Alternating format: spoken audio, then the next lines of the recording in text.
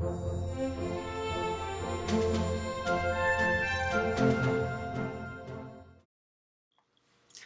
everybody, this is MGTV and I'm Michelle Greenman, Women's Wellness Coach.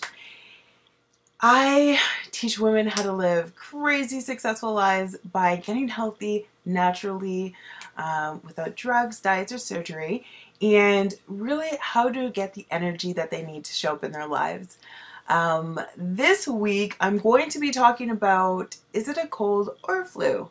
And the reason why I'm talking about this, and if you've been regularly watching my videos, I'm glad that you're watching this one, even if you are not asking that question if you have a cold or flu, and I'll tell you why. The way that we think through things is so important, and many of my clients are business women, they're entrepreneurs, or they're professional women that work. And I recognize that their ability to make more money, to enjoy their work, to get fulfillment out of it, to balance life and family comes from the way that they are thinking through things. And so today, when I'm talking about is it a cold or a flu, I'm going to be giving some tips of how to think through things, how to notice what's happening and changing your body.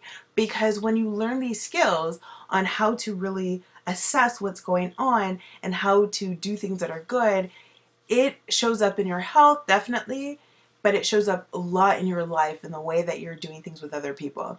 So I'm going to actually teach this information for all of you who are just really want to know if it's a cold or a flu.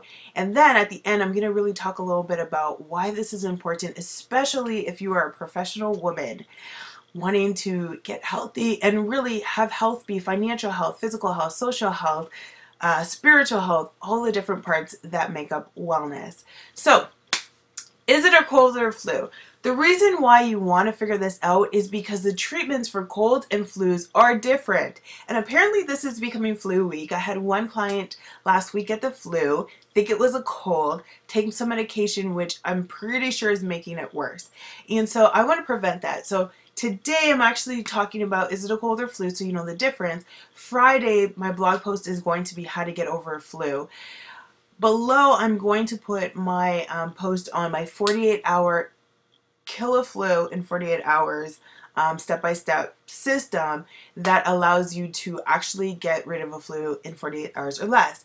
And I've actually used this on myself before. So let me tell you a little bit about that. Every single year I got multiple colds and at least got the flu once, if not multiple times every single winter. My flus would be horrific. I literally have felt like I just want to die and I'm so sick of tired of being sick. And so I get why it's important to be able to change this. So if you recognize this, by following this through, that it's just a cold, click below, get that 48-hour how to kick a flu, read it over, start following the steps, and kick that cold. If it is a flu, it's going to take a couple of days for it to be here, but on Friday there's going to be a blog post on how to get rid of a flu once and for all, and really how to get better so that you don't have to suffer from these things ever again. Okay, so colds or flus are both contagious and they're very different. I'm going to have to read a little bit of this information. Unlike a cold though, flu can be really serious and can have actually life-threatening complications that are happening. And so there's 1, 2, 3, 4, 5, 6, 7 different things to look at to determine if it's a cold or flu. The first is a fever. Usually only children get fevers when they have a cold. If you get a fever, most likely it's because you have the flu. Fever actually happens for a really good reason. Fevers are not a bad thing. They're actually can be a really good thing. But a fever can actually go up to 104, which is very dangerous for your brain. So you want to make sure that you're keeping your head cold. But the reason why fever is a good thing and why you don't want to just stop a fever is because your fever actually helps your body to kill the virus. And so it actually lifts that temperature to kill the virus and also to awaken your T cells, your immune cells, to actually go and fight the virus. And so taking a hot bath is really important. Not taking medication to kill the fever is very important, because if you take medication that just kills the fever, not only have you stopped that process of healing that your body is using through the fever, but now your body has these extra toxins that it needs to deal with to get better. And you can actually just make yourself worse. So you want to make sure that your head is kept cool, but you definitely want your body to have that fever to actually break through that virus and feel better. The next one is headaches. Headaches seem to be rare during colds, but I remember my experience is I used to feel like I had headaches all the time when I was getting a cold because I would get that kind of sinus pain here. I think that's kind of normal if you're getting a sinus cold, but apparently headaches are not they're really rare when it comes to a cold, but they're very common when it comes to the flu. And so if you're having a really severe headache and a fever, most likely it's the flu. It's not just a cold. The next one is muscle aches. Having some muscle aches when you're having a cold is normal, but it usually doesn't get severe. With a flu, you feel like your body has been going through a meat grinder. And I've experienced this. This is the reason why you don't feel like getting up and going anywhere and doing anything, because everything just kind of hurts. So it's not just your head that's hurting. It's not just the cough or your chest or your throat that's hurting. You feel this overall, oh, my whole body just feels like it's hurting. Flu, not a cold. So feeling tired and weak, the cold can make you tired and weak, but usually this is extremely common with the flu. So this exhaustion that you get, flu, not a cold. Runny nose, sore throat, and sneezing, very, very common with a cold, okay? You may have these symptoms with the flu, but you're really going to look at these symptoms in relation to the other ones that we're talking about. Symptoms are your friends. They help you figure out what's actually happening. I'm actually going to put a link to that video below too. I did a video on why symptoms are your friends and why they're helpful and what you should be looking at. All of these symptoms help you determine what's wrong. This is what doctors do to you all the time, but usually they prescribe you something. So now you get an opportunity to be like, hey, do I have a cold or a flu? What is it that I need to do next to fix it? Instead of just going to the doctors and getting medication and going through that process for a long time. I know for the longest time they would tell people there's really no cure for the common cold. That's so untrue. And like I said, click below and read my steps to actually how to get over a cold. But you can get better quicker and you can prevent it from ever happening again. Okay? So the next one is a cough. A mild hacking cough usually comes with a cold, but this coughing that is severe is usually the flu. It's a way of your body to get rid of the virus that is in your body through your lungs, which is part of your immune system.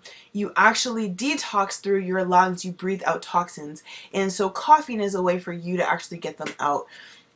All of these things are actual ways that your body is taking care of you. And I know that it feels horrible and you don't think that that's happening, but if you take care of your body, you won't have to do this anymore.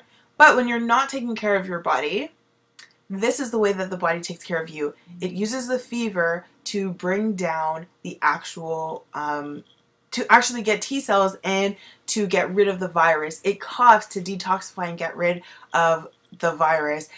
You have all of these symptoms for reasons. So if you've had the symptoms severely that I've been talking about, it's a flu. If you don't, it's probably a cold. And if you're just starting out and you're not sure, treat it anyways. Drinking water is the best way. As much water as you can get in without hitting that barrier. You shouldn't be drinking more than 40 ounces in an hour. And but you can get pretty close to that and be fine. And so, especially if you're drinking lots of water, you actually bathe the cells in water, and it actually prevents the flu from actually getting into those cells and multiplying. Also, by getting in a lot of water, you allow your body to flush out whatever bacteria, if it's from a cold. Also, if you have worried about getting enough electrolytes, coconut water is a really good thing to drink. While you're drinking the water, drink coconut water in between. But usually when I was getting rid of a cold, I would just buy a regular plastic water bottle, a bigger one, like a liter one. I would drink one of them every hour, like 2 or 3 times in that day. By the end of the day, I didn't feel sick at all. So if you have a cold, if you have a flu, figure it out, learn the steps to actually get healthy. If you need help on this and you never want to have one again, contact me and I will help you figure out a plan on how to do that, because there's specific things that you're doing that are really bringing this on. The other way I was talking about, for all of you professional women, this is how you think through every single problem. What are the symptoms that are coming up? What is it that's actually happening? And what is the solution? Get support, figure it out, and move forward. This is totally possible. Totally possible. I hope that this was helpful for today. Friday, I'll be talking about actually what to do if you do have the flu. Have a wonderful week. We will talk soon. Bye.